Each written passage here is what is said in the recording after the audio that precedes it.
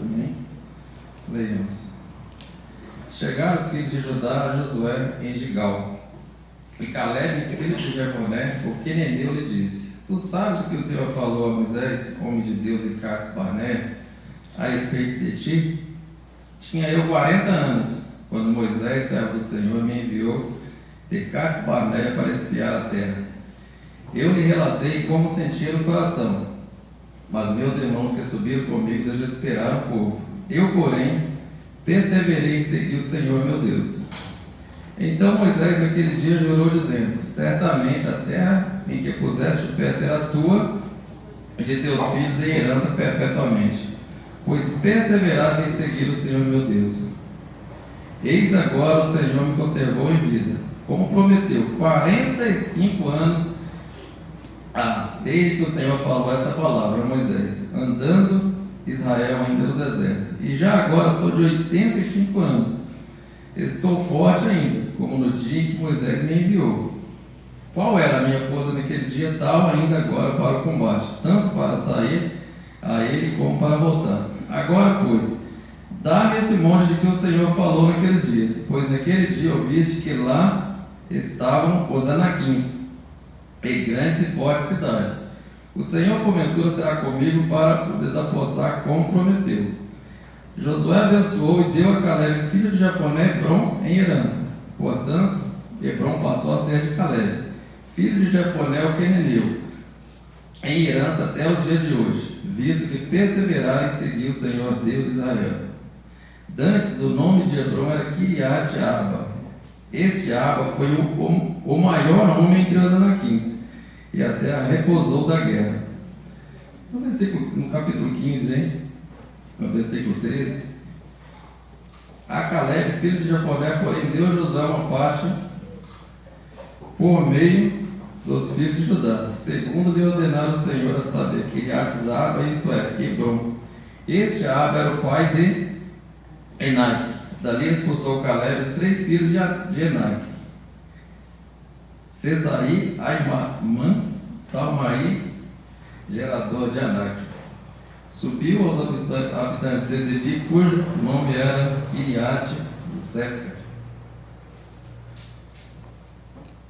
Nós tocamos a nossa vida com projetos.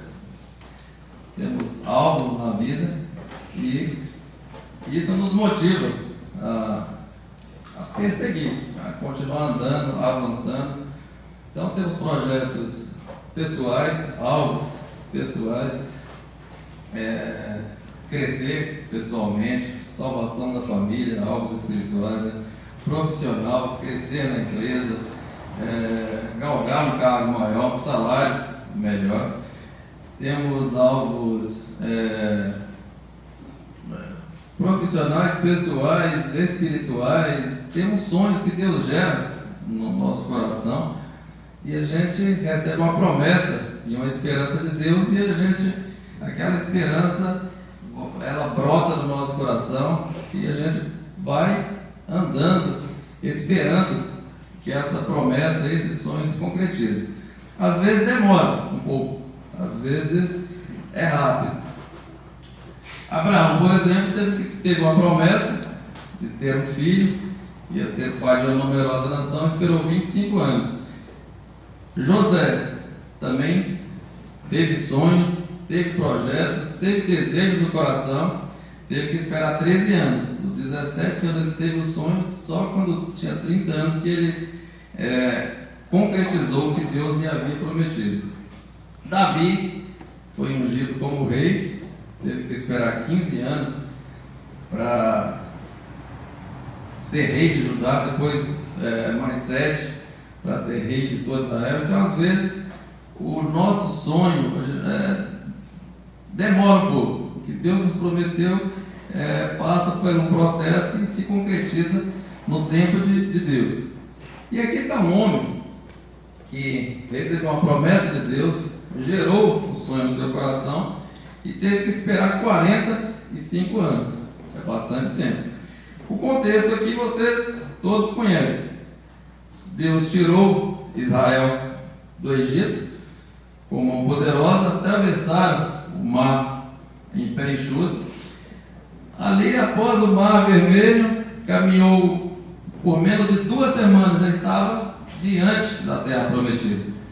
Estava ali na divisa, na cidade de Cades Barnea. Na verdade, nem era cidade ainda, era uma região de Cades Barnea. Moisés ali, com o povo de Israel, quase 2 milhões de pessoas.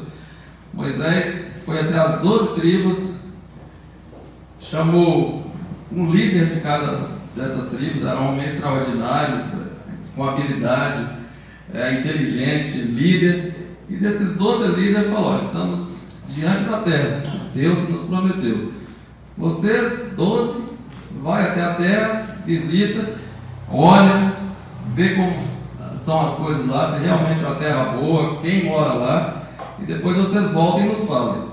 Eles passaram 40 dias andando pela terra, beberam, comeram, olharam, a terra realmente emana leite e mel, muito boa, melhor, paraíso, melhor do que o que a gente esperava. E ali olharam os moradores, muito alto, era uma espécie de, como se fosse hoje, pode comparar hoje com um jogador da NBA, né? Quase 3 metros de altura, muito forte, soldados muito fortes, a lança, escudo, pesava mais de 40 quilos, espadas. E aí, na hora de voltar, eles sentaram e falaram: bom, agora a gente precisa fazer um relatório, uma espécie de uma ata, né? Para a gente chegar e aí falar com Moisés e com o povo que nós vimos. Então vamos nos sentar aqui, nós 12, e fazer uma ata, né? Um dossiê, um relatório do que nós vimos nesses 40 dias e passar para o povo. Aí sentaram os 12 e começaram a fazer. Eles concordaram em 95% das coisas. A terra é boa, é ótima, é excelente. Encontraram um cacho de uva lá, esse cara de tudo, quase o tamanho de um banco desse, tinha que ser 2 anos para carregar. Imagina a melancia, se algo era assim. A terra é excelente, boa, brota o que planta, dá, maravilhosa. Os moradores, bom, os moradores são muito fortes, os homens são cabra muito forte, alto, gigante. Aí concordaram nisso. Bom, agora vamos fechar o relatório, a conclusão. Aí na conclusão não teve unanimidade. 10 falaram: bom, a gente não consegue vencer esse exército, essa população, em um combate físico é impossível, porque eles são muito altos, nós somos baixinhos, uma constituição física menor, um murro que levar de um cara desse, ele mata os 3. Então não tem como a gente vencer. E 2 falaram: não, realmente são fortes, muito fortes, mas o nosso Deus é muito mais forte do que eles. Se Deus prometeu essa terra, Deus vai nos dar. Então, na hora de fechar o relatório, não. 10 falou: bom, nós somos em maior número, vamos fazer um relatório só. Não, mas nós não concordamos. Bom, então a gente faz 2 relatórios, a gente faz o nosso e você faz o de vocês. Só que vocês são voto vencido. Pois bem, fizeram 2 atas, lavraram a ata, voltaram até Moisés, até o povo, todo mundo ansioso. E aí? Bom, nosso relatório tivemos que fazer 2. Não vai dar para dar um relatório para vocês. Temos 2 porque não teve consenso, unanimidade. Em 95% a gente teve unanimidade, mas no fechamento, na conclusão, foi diferente. A terra é boa, excelente, concordamos. Os moradores são fortes, gigantes. A espada deles lá é 40 quilos, mais pesada do que alguns homens nossos aqui. E a conclusão de nós 10 é que a gente não tem, impossível a gente vencer essas pessoas.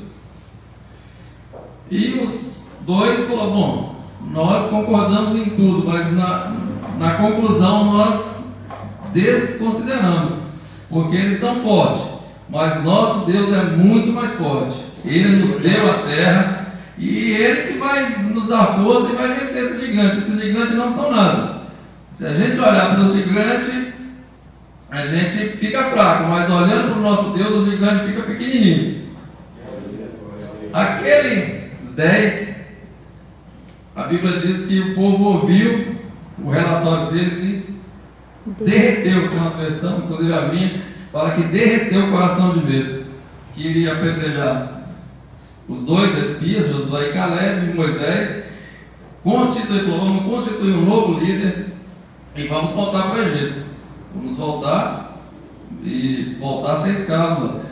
Deus interferiu, falou: todos vocês vão morrer, apenas os dois que confiarem em mim vão entrar na terra prometida. Vocês passaram 40 dias lá andando, vão passar 40 anos perambulando pelo deserto, vai morrer toda essa geração. Apenas os dois que pisaram na terra, que confiaram em mim, vão possuir essa terra. Josué guardou aquela palavra no coração, aquela promessa de Deus, e durante 40 anos, ele confiou que Deus ia cumprir a sua promessa. Morreu aquela geração, Josué e Caleb e a nova geração entraram na terra.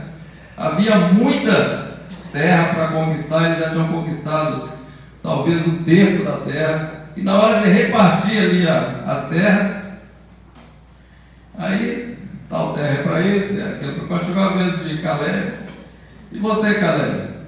Caleb com 85 anos, a idade média era de 70 anos, ele já estava no lucro já 15. Ele falou: bom, eu vim aqui, você ouviu Moisés falando, Deus usando a boca de Moisés e falando que essa terra que eu andei seria minha.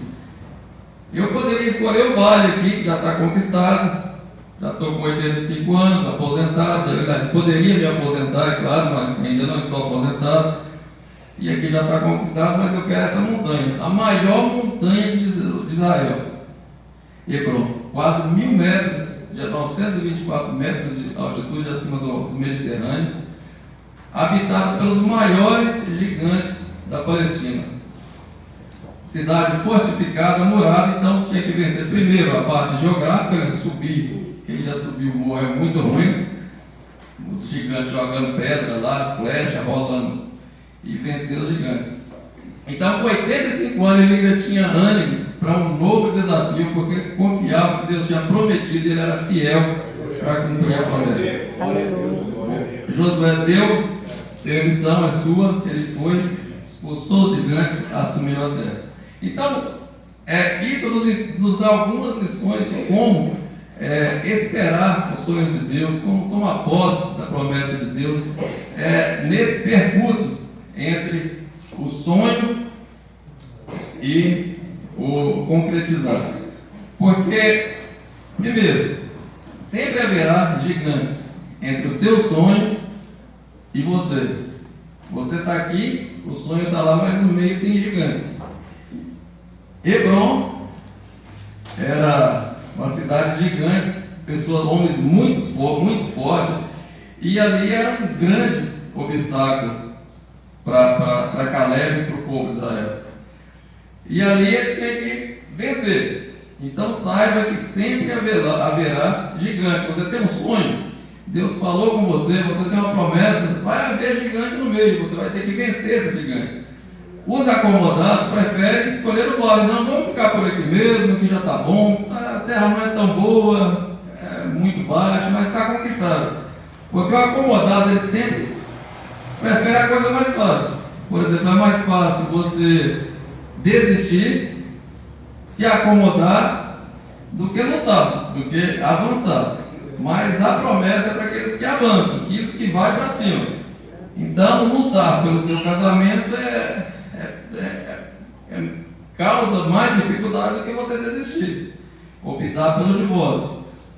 Então, mas Josué, com 80, e Caleb, aliás, com 85 anos, preferiu vencer o gigante, confiou na promessa de Deus. Então, os sonhos, eles nos fazem manter firme no caminho. Durante 45 anos, um povo incrédulo, murmurando, desafiando Deus, e Caleb esteve firme ali, porque ele tinha uma promessa. Então, os sonhos de Deus e as promessas de Deus nos dão força, vigor, motivos para a gente continuar andando e avançando. Então, acredito que todos aqui têm projetos, têm sonhos, e Deus vai, nessa manhã, Deus quer renovar essa promessa de Deus. Pedro, quando ele escreveu a epístola, ele fala: bendito o nosso Deus e Pai do Senhor Jesus Cristo, que nos salvou e nos gerou para uma viva esperança. Então nós temos uma viva esperança, estamos esperando, e Deus é fiel para cumprir. Nós encontramos aqui 4 princípios na vida de Caleb para não perder a esperança, para que essa esperança não morra no seu coração. O sonho de Deus não pode morrer no seu coração. Primeiro, nunca foque nas adversidades. Aqueles 10 incrédulos, espias, eles focaram na luta, na adversidade, nos gigantes. E Caleb não. Ele esteve com os olhos fitos em Deus, que era poderoso para dar força e levar eles para a terra prometida. Então, os obstáculos, eles antecedem todo sonho. Então, as ruas que vai te levar para o seu sonho, ela é pavimentada de lutas e percalços. Mas se você olhar para essas dificuldades, esses percalços, você não vai ter força, você vai perder a esperança. Mas quando você olha para o seu sonho, para a terra prometida, os gigantes eles ficam pequenos. Porque Deus é muito maior do que os percalços, do que as lutas, do que as dificuldades.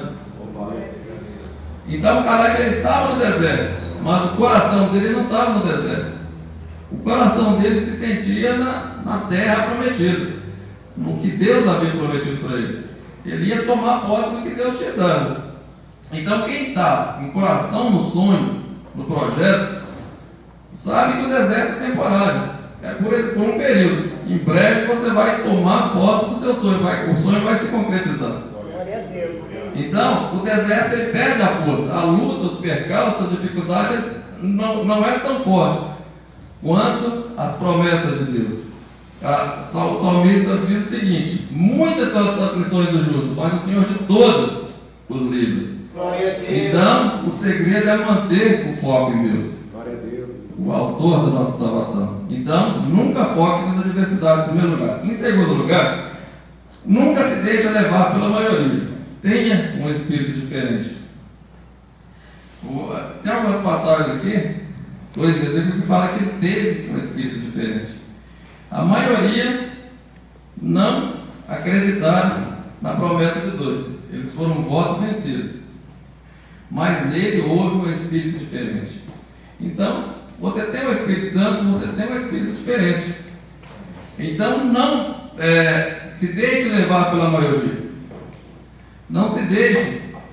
Seja minoria, você fala: eu tenho um projeto, tenho um sonho, e Deus vai dar a vitória. Eu vou conseguir, vou alcançar. Por mais que as pessoas tentem desanimar, porque tem os matadores de sonhos, né? Os 10 foram os matadores de sonhos, mas não permitiu que os sonhos dele, ele não foi influenciado pela incredulidade dos outros. Então, coloque no seu coração, não deixe ser influenciado. Às vezes a pessoa chega e você fala: não, mas é impossível, você não vai conseguir, isso não vai dar certo. Mas não deixe ser influenciado, tenha um espírito diferente. Em terceiro lugar, você deve domesticar o medo. A Bíblia diz que aquele relatório negativo fez derreter o coração do povo. Então, não foi o gigante que destruiu eles, foi o que estava dentro deles. Josué Gonçalves tem uma frase que diz o seguinte: os nossos maiores inimigos não é aqueles que estão à nossa frente, nem aqueles que estão nos perseguindo atrás, mas aquele que está dentro de nós, ou seja, o medo. Miguel de Cervantes tinha uma frase que era o seguinte: se você perde os bens, perde muito. Se você perde amigos, perde mais. Mas se perder a coragem, perde tudo. Porque você acaba sendo dominado pelo medo, o medo te paralisa, se desgasta emocionalmente, você não vê a realidade, você cria ilusões. Então o medo faz tudo isso, faz até desacreditar em Deus. Esses 10 espias e aquela multidão israelita, eles falaram o seguinte: eles viam Deus como um adversário. Eles falaram: Deus nos tirou do Egito para nos entregar na mão dos cananeus aqui e nos matar no deserto. Então eles não viam Deus como aliado, como pai, como protetor, como salvador. Mas o medo fez eles ver Deus como um adversário, como um inimigo. E a pessoa que se deixa dominar pelo medo, porque o medo, todo mundo tem medo. E o medo foi com a gente, o medo tem as finalidades, ele serve para nos proteger, para a gente ficar com alerta, sempre aceso.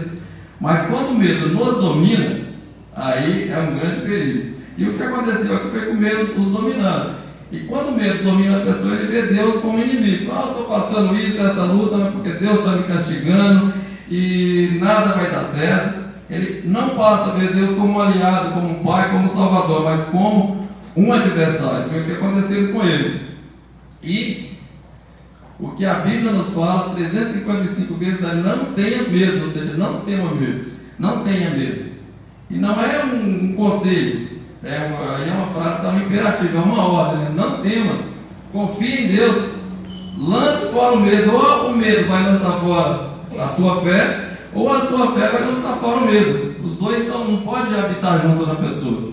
Então permita nessa manhã que a sua fé em Deus lança fora esse medo, essa dúvida, que Deus não nos deu espírito de covardia, de medo, mas nos deu espírito de Caleb, espírito santo, que é o que Caleb nos ensina, é ser perseverante. Aqui no texto, a gente encontra diversos versículos falando que ele perseverou. Então, Deus não tem nada com pessoas inconstantes, com pessoas volúveis, com pessoas que retrocedem, com pessoas que não avançam. A Bíblia diz que o coração de Deus não tem prazer na alma que se retrocede. Então, se você não quer perder a esperança, quer tomar posse do que Deus prometeu, seja perseverante. E perseverança não é um sentimento, é uma decisão. Você fala: eu vou ser perseverante, Deus vai me dar força. Tenha a decisão firme no seu coração de ir até o fim. A vitória é para quem vai até o fim, não é para quem retrocede, não é para quem desiste no caminho, é para aqueles que não jogam a toalha, é para aqueles. Os gigantes não são nada, os gigantes vão cair por terra. Coloque no seu coração: eu vou até o fim e Deus vai dar vitória. Então, Caleb, ele nos convida aqui para sermos modelo de fé. No versículo 7, ele fala para Josué, fala: olha para mim, eu recebi a promessa há 45 anos, eu não desisti. Uma das palavras: olha para mim, eu sou um modelo de fé. Então o que Deus quer fazer com você é um modelo de fé. Porque quando as pessoas, aqueles que estão pensando em desistir, jogar a toalha, olhar para você e falar: ó, fulano de tal, ele foi até o fim, conseguiu, venceu os inimigos, os gigantes, os adversários, eu também vou fazer igual ele, eu vou conquistar, os inimigos vão cair por terra e eu vou conseguir. Deus quer fazer de vocês, que a sua postura seja exemplo para outras pessoas. E em segundo lugar, os sonhos de Deus, ele nunca pode ser egoísta. Caleb, com 85 anos, acima da média de idade. Para que Caleb queria terras? Uma montanha, um mundaréu de terra daquele. Ele queria ser latifundiário, fazer um lote, sair vendendo terreno. Era isso que ele queria. Vou lotear aqui, fazer uns condomínios aqui, umas casinhas ali, vender terreno e colocar dinheiro lá no Banco de Jerusalém. Não era isso que Caleb queria. Ele conquistou, expulsou os gigantes dali, tomou posse da montanha, ali passou para ser seus descendentes, e parte daquela terra ele doou para ajudar. E ali construíram a cidade de refúgio, que era um lugar onde, quando as pessoas cometiam um crime, para ter um julgamento digno, porque era olho por olho, dente por dente, a pessoa cometeu um crime involuntário, ele corria para lá, porque lá não poderia ser morto. Ele ia ter um julgamento de direito de defesa. Então, os sonhos de Deus no seu coração, que Deus coloca para a gente, ele nunca é egoísta. Sempre outras pessoas são abençoadas através de você, através dos sonhos que Deus coloca em você. Então, os sonhos que Deus faz brotar na sua vida vai abençoar outras pessoas, como fez na vida de Caleb. E nós estamos falando de sonhos, de projetos, de desafios, de riscos. E para concluir, eu queria ler um poema de um orador romano que fala sobre riscos, sobre os desafios, e pode nos desafiar nessa noite a não deixar o sonho de Deus morrer no nosso coração. Presta atenção. Ele fala o seguinte: rir é correr risco de parecer tolo. Chorar é correr risco de parecer sentimental. Estender a mão é correr o risco de se envolver. Expor seus sentimentos é correr o risco de mostrar seu verdadeiro eu. Defender seus sonhos e ideais diante da multidão é correr o risco de perder as pessoas. Amar é correr o risco de não ser correspondido. Viver é correr o risco de morrer. Confiar é correr o risco de se decepcionar. Tentar é correr o risco de fracassar. Mas os riscos devem ser corridos, porque o maior perigo é não arriscar nada. Há pessoas que não correm nenhum risco, não fazem nada, não têm nada e não são nada. Elas podem até evitar sofrimentos e desilusões, mas elas não conseguem nada, não sentem nada, não mudam, não crescem, não amam, não vivem. Acorrentadas por suas atitudes, elas viram escravas, privam-se de sua liberdade. Somente a pessoa que corre o risco é livre. Então, os seus sonhos, você precisa vencer os gigantes, precisa vencer o medo, precisa vencer os percalços, as dificuldades. E nessa manhã, eu quero te desafiar a sonhar, a ousar a sonhar. Esses dois espias, todos nós conhecemos, Josué e Caleb. Qualquer criancinha da escola dominical de 10 anos perguntar, vamos lá, Josué e Caleb. Agora, esses 10 espias, você sabe o nome de um deles? Alguém sabe o nome de um desses 10 espias? Não sabe? Se você não sabe, você está errado. Quem está errado são eles. Porque com a atitude derrotista, pessimista, de não abraçar o sonho, de não perseverar pelo seu sonho, eles desceram pelo ralo da história e ninguém se lembra deles. Então você não quer ser contado com os 10 espias. Você não quer fazer parte dos derrotistas, daqueles que não sonham, daqueles que param, daqueles que retrocedem. Deus quer levantar nessa manhã Calebes, que sonha, que avança, que vence os gigantes, que vence os obstáculos. E Deus vai renovar a sua esperança, os seus sonhos. E Deus nessa manhã vai te fazer, os gigantes vão cair por terra. Os gigantes não vão prevalecer diante de ti, porque o maior que está em você, o seu Deus é muito maior do que os gigantes, do que as dificuldades, do que os percalços, do que os problemas. Nessa manhã, Deus quer renovar os seus sonhos, te fortalecer, e que nessa manhã, Caleb se levante aqui e tome posse de Hebron, tome posse do que Deus te colocou no seu coração, porque os gigantes não vão prevalecer. Amém? Glória a Deus! Aleluia! Então lembro que não podes me esquecer. Se meu nome está gravado em tuas mãos, mesmo que ainda eu não consiga ver, sei que se levantarás em meu favor.